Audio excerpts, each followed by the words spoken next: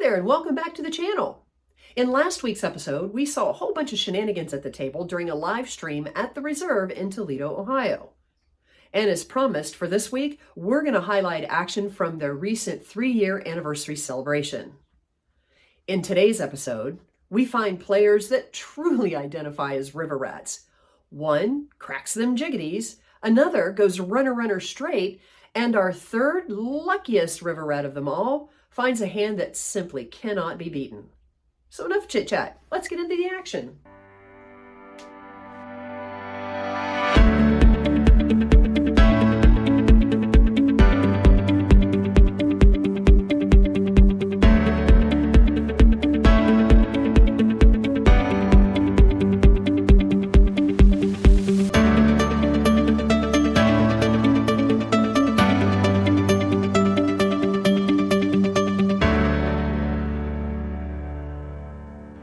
Meet Ricky from Warren, Michigan. He loves to play poker, and he's a reg at the Reserve in Toledo. And by the end of this hand, we will all better understand why he is our newest river rat at the table. Blinds are at 600, 1200, 600, and I take a peek at 4-3 offsuit. Time to fold this one in the middle. That's when Ricky, in the cutoff, decides it's time to move all in for his last 22,000, followed by a couple of folds back to the big blind.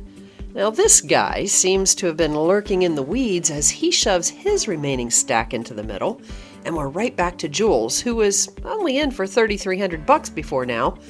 She asks for a count. As Daniel gets the numbers back to Jules, she weighs her options, calculates what the call will be. It's about less than a third of her stack, and with 60K already in the middle, she makes the call. And when the hands are tabled, we see Jules is holding on to pocket 8s, our villain in seat 9 has pocket 10s, and Ricky, our newest river rat, tosses down the rainbow red ace-jack. Let's give a look-see at how this one plays out.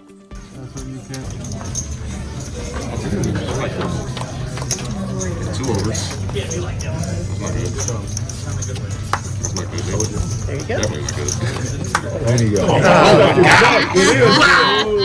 That's not good. That's not good. He got his jack straight. Oh, Yep. my You God. just hit it straight. Oh, shit. Oh, damn. You just hit it Damn, we're straight. being blocked. I didn't know that shit. I got you, sir. I got you. Definition of a river rat. I know, right? Trips straight. In this hand, blinds are at 3,000, 6,000 with a $3,000 ante.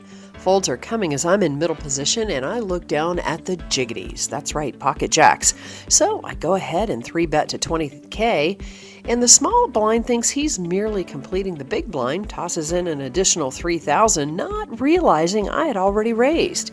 He then tries to pull back his bet as he doesn't want to add another 17K to the middle, but the dealer tells him he either needs to leave the chips in and fold or complete the call. He opts for the call. The flop comes 2 diamonds, all non-face cards. Now, I know this guy didn't want to be in the hand in the first place, and this flop favors his range over mine, so I make a half pot size bet just to see where I'm at, and I bet 40K. Without hesitation, the small blind shoves his entire 69K for his tournament life, and I think about it, make the call, and that's when we see that he shoved holding king high with mid-pair. Now I'm holding my breath as the turn comes an inconsequential 2 of clubs. Now I don't have a sense that I'm going to survive this one at all, as this one favors him more than me, so I think I need a little help from y'all. So what I need is for you to smash that like and subscribe button for some run good. Let's do this. 1, 2, 3.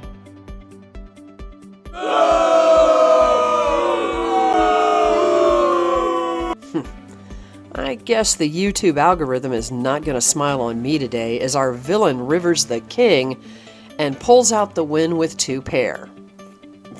For him, not me. That's why we just did the boo. We interrupt our regularly scheduled hand analysis to bring you some exciting math about poker. According to our friends at Upswing Poker, there are 169 different starting hands in Texas Hold'em, each having 1,326 different ways to play. This includes 13 pocket pairs, 78 suited hand combos, and 78 offsuit hand combos. Now, the best possible outcome by the river is a royal flush, and chances of making that hand is less than 1/3 of 1%. Or better put, 30,939 to 1. Plainly stated, you'd have a better chance of Johnny Olson calling out your name to come on down on The Price is Right, or maybe having 11 fingers or toes. In fact, it's said that this hand has somehow eluded numerous and well-known professional poker players like Phil Ivey, Jennifer Harmon, and Tom Dwan. Yet somehow on this night, for our next River Rat nominee, she finds a way to check this hand off her poker playing bucket list. Let's get into the action and see how it all plays out.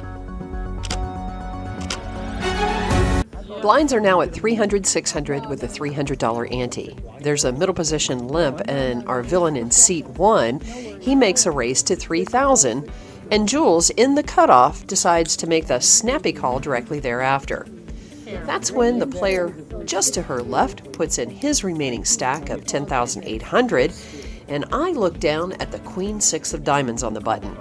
I fold, as does the blinds and the middle position limper. We're now back on seat 1, who's just had enough time to think through his action. He makes the call for another 8,000 chips, as does Jules. The pot is now settled with about 35,000 in the middle as the dealer James from Chattanooga, Tennessee, he puts out a flop of ace, 10 of spades, and the 8 of clubs. Our villain in seat 1 is first to act. He sneakily checks over to Jules, who pushes her remaining stack of 30K into the middle, and he wastes little time to shove his stack of 11-3. It gets in there as well. And when the hands are tabled, we find that the original person who went all in is holding on to 5 of spades and 3 of clubs. A hand I can't seem to find anywhere on any of my GTO charts. Maybe it's a new method? I don't know, was he bored? Or maybe he had a bus to catch, who knows? But I definitely want him back in my next tournament, for sure. Anyway, back to our villain in seat 1. He has king, queen offsuit with 1 spade. And Jules, she moved in with queen, jack of spades. Now, she's got a gut shot, a flush, a royal draw, well, basically the entire deck. Here's what I mean. You need a jack. Give her a jack. She has a royal flush. Royal flush! Woo! Put it up there, Jules! Oh, that's gonna make the vlog. You got the 9. It's okay. Straight flush too. Yeah.